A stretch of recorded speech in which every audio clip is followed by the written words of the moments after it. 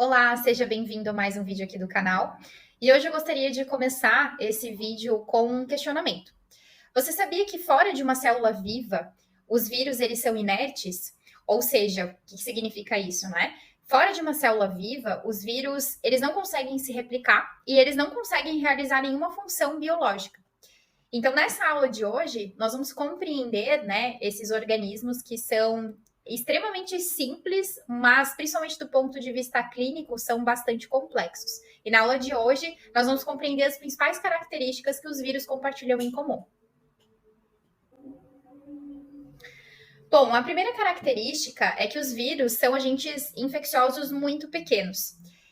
Aqui a gente tem uma figura, né, que ela representa, então, o tamanho de alguns vírus, como o adenovírus, que tem cerca de 90 nanômetros de diâmetro, o rinovírus, que tem 30 nanômetros de diâmetro, assim como também o poliovírus. Então, a gente tem uma representação, né, através dessa imagem, em relação ao tamanho de alguns vírus, em comparação, por exemplo, com uma bactéria, aqui nesse caso a Escherichia coli, bastante associada principalmente a infecções urinárias, dentre outras infecções, outros sítios anatômicos que ela também consegue causar infecção. Mas a gente consegue visualizar, né, fazer uma comparação de tamanho entre essa bactéria e esses vírus, que são organismos bastante pequenos. E aqui ao lado a gente tem uma parte, né, da membrana de um eritrócito humano, que tem cerca de 10 mil nanômetros de diâmetro, em comparação, por exemplo, com alguns vírus que têm somente 30 nanômetros de diâmetro, que são extremamente pequenos. E o eritrócito humano, a gente não consegue nem ver ele inteiro aqui nessa imagem, então é para representar realmente o quão pequeno é um vírus perto de algumas outras estruturas. Nesse caso, o eritrócito humano, que é o glóbulo vermelho, responsável, né, pelo transporte de oxigênio nos nossos tecidos. E a gente não consegue ver ele inteiro, a gente só vê uma parte dele. E aí, vocês podem estar pensando, quem nunca viu, né, uma hemácia, um eritrócito humano em microscopia, talvez vocês estejam pensando que se trata de uma estrutura muito pequena. Mas é uma célula, gente, uma célula do nosso sangue. E a gente somente consegue visualizar em microscopia óptica, né, que é aquele microscópio convencional que nós temos em laboratório. Mas a gente não consegue ver o olho nu. Então, querendo ou não, é uma célula pequena também. Mas em comparação com o vírus, ela é extremamente grande. Essa característica de serem agentes infecciosos muito pequenos dificultou bastante o processo de identificação dos vírus. Pra vocês terem uma ideia, o primeiro vírus descoberto foi o vírus do mosaico do tabaco, que foi descoberto em 1892, mas ele, embora tenha sido descoberto por algumas formas, né, laboratoriais de identificação viral da época, eles não conseguiram visualizar aquele vírus em microscópio, porque naquela época não tinham microscópios com resoluções, né, de modo que conseguissem visualizar essas estruturas muito pequenas. Então, os vírus, eles só foram visualizados, na verdade, o primeiro vírus a ser visualizado em microscópio, que foi através de um microscópio eletrônico, somente foi possível em 1939. Então, em 1939, foi visualizado pela primeira vez um vírus em microscopia, através, então, do surgimento, do desenvolvimento dos microscópios eletrônicos, né, que melhoraram muito a resolução daquelas lentes, né, de amplificação. Foi cerca de quase 50 anos depois da descoberta dos vírus. Então, só foi possível visualizá-los quase 50 anos depois de eles terem sido descobertos. Outra característica importante em relação aos vírus é que eles são organismos acelulares, ou seja, eles não são formados por células. Outros micro-organismos, que eu posso citar, as bactérias, os fungos, por exemplo, eles são formados por células, mesmo que alguns deles não sejam multicelulares, não sejam formados por várias células. Alguns micro-organismos são unicelulares, formados por uma única célula, mas ainda assim são formados por células e possuem estruturas celulares, possuem organelas. Mas no caso dos vírus, eles são organismos acelulares e, portanto, eles são desprovidos de estruturas celulares. Então, como são formados os vírus, né? Eles têm um invólucro proteico que envolve o ácido nucleico. Então, a gente tem um invólucro proteico que ele vai proteger, ele vai envolver o ácido nucleico, seja ele DNA ou RNA.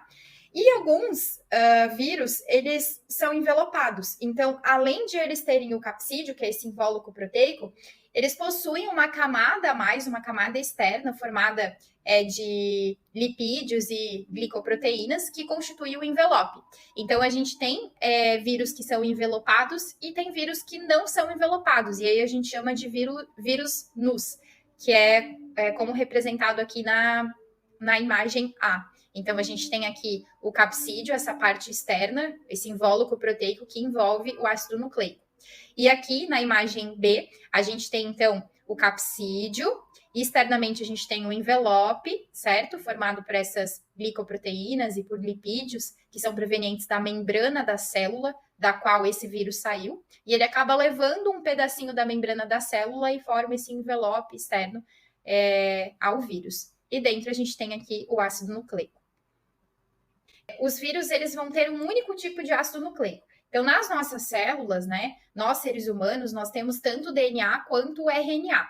Mas no caso dos vírus, eles vão ter somente um ácido nucleico constituído de DNA ou constituído de RNA. Existem vários tipos, né, de RNA e de DNA. Não vou entrar nesse mérito nessa aula, mas basicamente nós podemos dizer que eles têm dois tipos de ácido nucleico, ou DNA ou RNA, nunca os dois. Bom, e eu comentei com vocês que os vírus, eles são inertes fora de uma célula viva. Então, eles são incapazes de se replicar e de fazer funções metabólicas.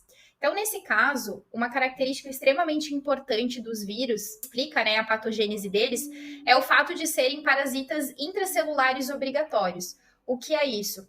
Esse vírus, ele precisa entrar dentro de uma célula hospedeira para que ele consiga produzir através da maquinaria celular, ou seja, ele utiliza a maquinaria daquela célula onde ele entrou para produzir os seus componentes virais, para produzir as suas proteínas virais. E por que isso é importante para o vírus? O vírus, ele precisa se replicar, certo? Ele precisa replicar o material genético dele, seja o DNA ou o RNA, e ele precisa produzir as suas proteínas virais para montar uma partícula infecciosa, no caso, várias partículas infecciosas.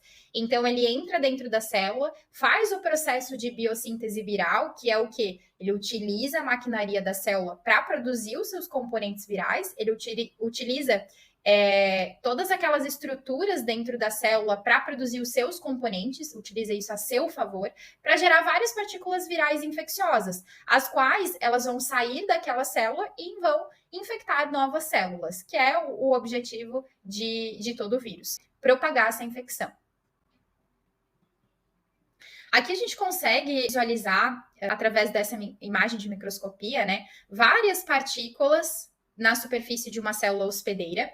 E aqui à direita a gente consegue visualizar a membrana da célula e um vírus fazendo contato, né, com algum receptor celular aqui, e ele vai, através desse contato, adentrar nessa célula. Então, o processo de biossíntese viral é algo que eu vou comentar em uma outra aula, né, porque demanda mais tempo para falar sobre todos os processos, mas através de uma ligação com algum receptor específico presente numa célula, o vírus ele consegue entrar. Então, é como se ele tivesse uma chavezinha e na membrana da nossa célula, de alguma célula específica onde ele consegue entrar, onde tem um receptor para ele, é como se tivesse uma fechadura para a qual ele tem uma chave. Então, ele consegue se ligar a esse receptor específico e ele consegue entrar dentro dessa célula. Bom, e a partir do momento que ocorre a ligação de alguma glicoproteína presente, né, alguma proteína, alguma glicoproteína presente ou no envelope do vírus ou no capsídeo do vírus, perdão, a partir do momento que ocorre essa ligação com algum receptor presente na membrana celular, ele consegue entrar na célula. Esse processo de entrada viral pode ser por alguns mecanismos, pode ser através de fusão de membrana, ou pode ser por endocitose, né? São processos que eu vou explicar na aula de biossíntese viral, mas basicamente nessa imagem aqui, né, a gente consegue visualizar algumas partículas virais que entraram por endocitose, que é um processo, basicamente a membrana celular, ela vai engolfar essas partículas e levar para dentro da célula. E quando elas estiverem dentro da célula, elas utilizam a maquinaria celular a seu favor, então vão produzir os seus componentes virais, vão produzir os seus produtos próprios, para gerar partículas virais que posteriormente acabam sendo liberadas dessa célula, né? E então vão infectar novas células. Comentei com vocês que, como são organismos, né? São parasitas intracelulares obrigatórios, eles acabam sendo inertes fora de células vivas, não vão se replicar. Porém, vocês devem se lembrar no processo ali da pandemia da Covid-19, né? Como a gente tinha cuidado em higienizar as mãos, lavar bem as mãos, passar álcool em gel, depois de a gente entrar em contato com superfícies onde muitas pessoas colocam a mão. Então, por exemplo, no transporte público, corrimão de escada, botão de elevador, ou até mesmo os halteres ali da academia, carrinho de supermercado, as maçanetas de portas. Então, por que a gente toma esse cuidado se os vírus eles são inertes fora de células vivas? Por que a gente tem que tomar esse cuidado? Basicamente porque, vamos supor que um paciente ele está com alguma infecção viral respiratória, vamos pensar lá na Covid-19. Então, se ele tosse, ou espirra, ou fala, libera gotículas respiratórias, vamos supor na mão, depois ele coloca a mão ali na maçaneta, ou pega o carrinho de supermercado, ele vai depositar nessas superfícies inanimadas uma grande quantidade de vírus, certo? Embora eles estejam inertes, ou seja, eles não vão se replicar, eles não vão fazer nenhuma função biológica, é como se eles estivessem, entre aspas, adormecidos. Como que isso vai causar infecção, né? Porque quando a gente entra em contato com essas superfícies em uma quantidade em minutos ou horas, isso é muito variável dependendo de vírus para vírus, mas quando a gente entra em contato com essa superfície e os vírus ainda estão viáveis, a gente pode inocular, por exemplo, passei a mão ali naquele carrinho do supermercado que alguém tossiu, espirrou por perto, liberou gotículas respiratórias ali que contém o vírus. Eu coloco a mão ali, não sei, depois passo a mão nos olhos, ou coloco a mão na boca, ou no nariz, enfim. E através dessas mucosas, principalmente, esse vírus que estava ali adormecido, ele vai entrar em contato com o quê? Com células vivas. E aí, se tiver receptor nessas células que ele consiga se ligar, ele pode aí sim entrar nessas células e fazer o quê? O processo de replicação viral, tá? Obviamente que o processo de infecção, ele depende de muitos fatores, ele depende do inóculo viral, ou seja, a quantidade de vírus que tem naquele local, depende da viabilidade desses vírus, né? Se eles ainda estão viáveis naquela superfície inanimada, depende também do teu sistema imunológico, então tem muitos fatores envolvidos, não quer dizer que sempre que eu vou entrar em contato com determinado vírus eu vou desenvolver doença, não, depende de muitos fatores, tá? Mas para causar infecção e causar doença, ele precisa encontrar uma célula viva, a qual ele vai parasitar, vai utilizar essa célula para se replicar e gerar novas partículas virais que vão infectar novas células. E como eles se multiplicam no interior de células vivas é o processo de biossíntese viral, tá? Que isso vai ser conteúdo de uma máxima videoaula, que eu vou trazer todos esses processos aqui de adsorção, penetração, desnudamento, enfim, todas as etapas da biossíntese viral. Mas eu trouxe uma imagem aqui só para mostrar para vocês que a gente consegue visualizar isso em microscopia eletrônica, né? As partículas virais que acabam sendo produzidas e que acabam sendo liberadas daquela célula hospedeira. E essas partículas virais aqui que a gente está vendo, né? Representada aqui pelas setas, a gente consegue visualizar elas saindo de uma célula hospedeira e vão entrar em contato com outras células e assim propagar a infecção. Bom, se os vírus eles são inertes fora de células vivas, existe uma discussão, né, entre os virologistas. Os vírus são realmente organismos vivos, porque ele só vai se tornar, alguns pesquisadores só consideram um organismo vivo quando ele penetra em uma célula hospedeira, onde o ácido nucleico viral ele vai se tornar ativo e esse vírus ele vai conseguir replicar o seu material genético, produzir as suas proteínas virais e ocorrer o processo de biossíntese viral, de multiplicação viral. E aí, nesses casos, eles consideram o vírus um organismo vivo.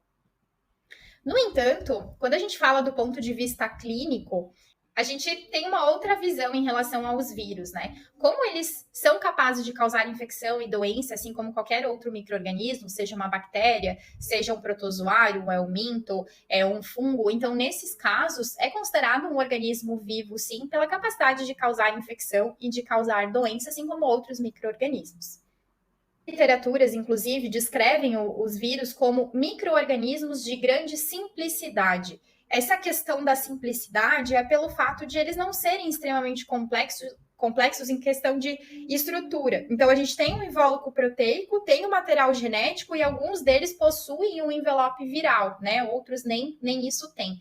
Então, eles falam que são micro-organismos de grande simplicidade e muitos nem consideram como micro-organismos, né? Consideram como partículas.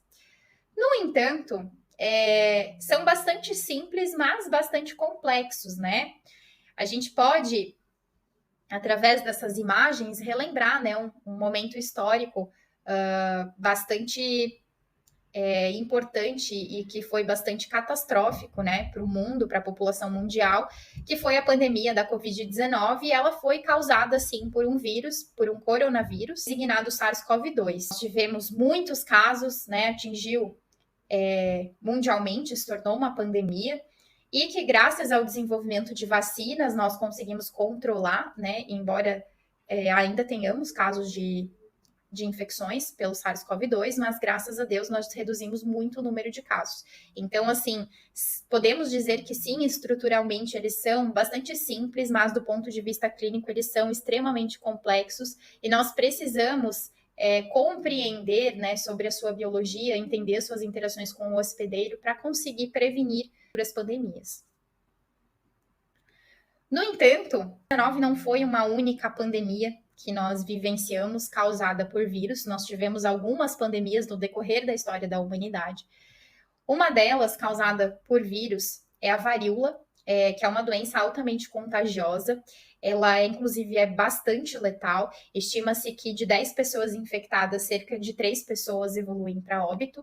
E segundo a Organização Mundial da Saúde, a varíola ela existe já há cerca de 3 mil anos. Inclusive, nessa imagem, a gente consegue ver uma múmia do faraó Ramsés V do Antigo Egito, né? Onde a gente consegue visualizar algumas possíveis lesões, né, de face, muito características, né, que podem ser associadas, podem ser atreladas ao vírus da varíola. Então, a gente consegue deduzir, né, que isso se trata de uma infecção viral, uma doença causada por um vírus que está há muitos anos permeando a humanidade. A estimativa é que apenas no século XX nós tivemos cerca de 300 milhões de óbitos em decorrência da varíola. Sintomas são febre alta e erupções cutâneas, né, que são bem características, como representado aqui nessa imagem. Então, são erupções cutâneas que evoluem para pústulas, né, cheias de pus e que depois podem ficar essas cicatrizes presentes, né, como acredita-se que sejam essas cicatrizes da face dessa múmia do faraó do Antigo Egito. Doença viral bastante importante, né, foi a gripe espanhola, que ocorreu em 1918 e 1919, então logo após a Primeira Guerra Mundial. Ela é causada pelo vírus da influenza A, H1N1 especificamente. O mundo ainda se recuperava da Primeira Guerra Mundial, onde teve cerca de 20 milhões de óbitos em decorrência da Primeira Guerra. No entanto, posteriormente, eles tiveram de enfrentar essa pandemia causada pelo vírus, que matou, inclusive, mais do que a própria guerra. Então, estima-se cerca de 40 a 50 milhões de mortos em decorrência dessa infecção viral. E ela infectou 1/3 da população mundial na época, cerca de 500 milhões de pessoas. Eu não poderia deixar de mencionar nessa aula, né, citando algumas das principais pandemias da história, que é uma pandemia que iniciou na década de 80, em 1980, e que perdura até os dias atuais, que é a causada pelo vírus da imunodeficiência humana, conhecida pelo vírus do HIV. Então, segundo dados, né, estatísticas da UNAIDS, uma pessoa morreu em decorrência da síndrome da imunodeficiência adquirida, né, a SIDA, ou mais conhecida como AIDS, por minuto em 2023. E desde o surgimento, né, desde a identificação do vírus do HIV na década de 80, nós temos mais de 88 milhões de pessoas infectadas e mais de 42 milhões de óbitos em decorrência dessa infecção e também das suas complicações, né? Bom, e qual que é a importância, né, de estudar a virologia? Eu acho que isso ficou bastante evidente com o surgimento da pandemia da Covid-19, né? Nós tivemos um impacto bastante grande na comunidade científica, mas eu trouxe alguns outros vírus popularmente conhecidos, né? Talvez alguns mais, outros menos, mas, por exemplo, o vírus do HPV, que está bastante associado ao desenvolvimento de neoplasia maligna de colo do útero, além de outras, né, como o câncer de orofaringe, por exemplo. Os vírus da hepatite B e C, que são os mais conhecidos, né, que podem estar relacionados também ao desenvolvimento de cirrose, de carcinoma hepático. O vírus da influenza, o vírus da varicela zoster, né, que causa catapora como primeira infecção, e como reativação desse vírus a gente tem a herpes zoster. O vírus do sarampo, o vírus da dengue, né? O vírus da dengue, esse ano de 2024, nós tivemos uma elevação muito grande nos números de casos, né? Mais de 2 milhões de casos no Brasil. Então, a gente nota a importância de estudar sobre a patogênese desses vírus, entender a sua interação com o hospedeiro, né? Para conseguir prevenir doenças e prevenir futuras epidemias e pandemias. Então, estudar os conceitos fundamentais e as características, né, gerais dos vírus é importante para compreender a sua biologia, para compreender a interação desses vírus com os seus hospedeiros, sejam eles hospedeiros animais ou humanos, né? A gente precisa entender que muitas infecções virais são de transmissão zoonótica, então de alguns animais para seres humanos, então a gente precisa compreender essas interações entre o vírus e o hospedeiro, assim como também compreender a patogênese viral, como que o vírus causa infecção, como que ele causa doença. É possível, através do estudo da virologia, a gente monitorar o surgimento de novos patógenos, né? E dessa forma, nos prevenir, né, de forma mais eficiente para o surgimento de novas doenças, novas infecções e também de futuras pandemias, para que a gente esteja bem mais preparado do que estávamos durante a infecção e a doença, né, causada pelo vírus SARS-CoV-2 que gerou essa pandemia, afetando a saúde pública global. Bom, pessoal, espero que vocês tenham gostado de compreender um pouquinho mais em relação ao mundo da virologia, todas as suas características que tornam esses seres organismos únicos, né, que são simples, mas são bastante complexos também. O nosso próximo vídeo vai ser em relação à biossíntese viral, então inscreve-se aqui no canal. Se você tiver algum comentário, algo que eu não consegui responder aqui nesse vídeo, pode deixar nos comentários que eu vou adorar te ajudar. Até mais!